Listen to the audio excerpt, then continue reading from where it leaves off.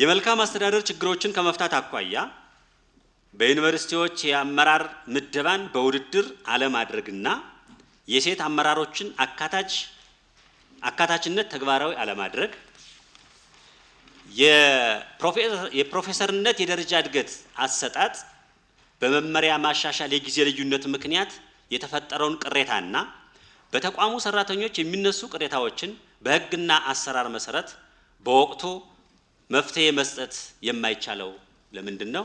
አሁን መመሪያው ስላለቀ አሁን በቅርብ አወዳድረን መቅጠር እንጀምራለን በዩኒቨርሲቲ አድሚኒስትሬተሮችን እዛ ላይ ለማድረግ የሞከርነው የዩኒቨርሲቲ አድሚኒስትሬሽን ላይ ለመሳተፍ ከሁሉም የኢትዮጵያ ክልል ኢንፋክት በዓለም ላይ ያለ ኤኒ ኢትዮጵያዊ እና ይችላልው ደሞዙም እንትን ቢል ህብረተሰብ ማገልገል ፈልጋለሁ ያለ ብቃቱ ያለው ሰው ሁሉ እንዲወዳደር እንፈልጋለን።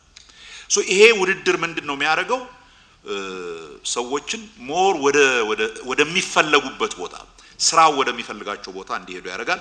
ይሄ ለመምህራንም የሚሆን ነው፣ ለዩኒቨርሲቲ አስተዳዳሪዎችም የሚሆን ነው። የዩኒቨርሲቲ አመራርን በሚመለከት በመጨረሻ እንትን የጠየቀው ጥያቄ በምርጫና በውድድር ይሆን የሚለው ከዚህ አሁን መመሪያው ጸድቋል። በዛ መመሪያ መሰረት ከዚህ ዓመት ጀምሮ የሚመደቡት እንትኖች አሁን በወጣው መመሪያ በሚደረግ የውድድር ሂደት ችሎታ ብቻ ዋና መገምገሚያ ሆኖ በዛ መሰረት የሚካሄድበት ይሆናል። ይሄ ግን እንዲታወቅ ምን ፈልገው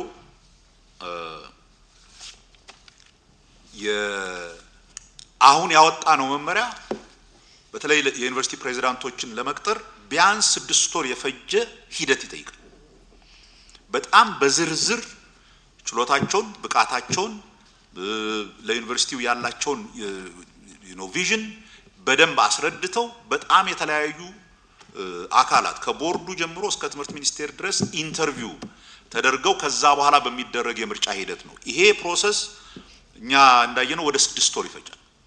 ከዛ በፊት ካሁን በኋላ የምናደርጋቸው እኔ የአስተዳደር ለውጦች በዩኒቨርሲቲዎች የሚኖሩት ወይ ከዚህ ከኦዲት ግኝት ጋር በተገናኘ ችግር አለ ምናምን ነገር ተብሎ የሚታሰብ ከሆነ ቶሎ ከቦታቸው መነሳት አለባቸው የሚባሉ ከሆነ በጊዜያዊነት ይሄ ውድድር እስከሚደረግበት ጊዜ ድረስ ኦር ኢን ሰም ኬዝስ አሁን በእኛ ጋር ውይይት እየተደረገ ያለው በተለይ ራስ ገዝ ሆነው የሚወጡት ዩኒቨርሲቲዎች ከዚህ በፊት የነበረው አመራር ራሱ የራስ ገዙን ትራንዚሽን ያድርገው ወይንስ ከዛ ውጭ ያሉ ሰዎች መጥተው ትራንዚሽኑን ቢያደርጉት ይሻላል የሚል ውይይት እያደረግን ነው። እንደዛ ከሆነ ከቦታ ቦታ ማቀያየር ኦር ምናምን ሊኖር ይችላል።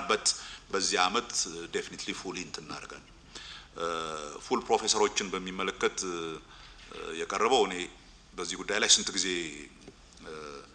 ውይይት እንደሚደረግ አላውቅም። ከምክር ቤቱም ጥያቄዎቹ ቀርበው ሰዎቹንም በሰፊው አግኝተን አወያይተን መመሪያውን የሚቀይር ምንም አይነት ነገር ስላላገኘን ነው።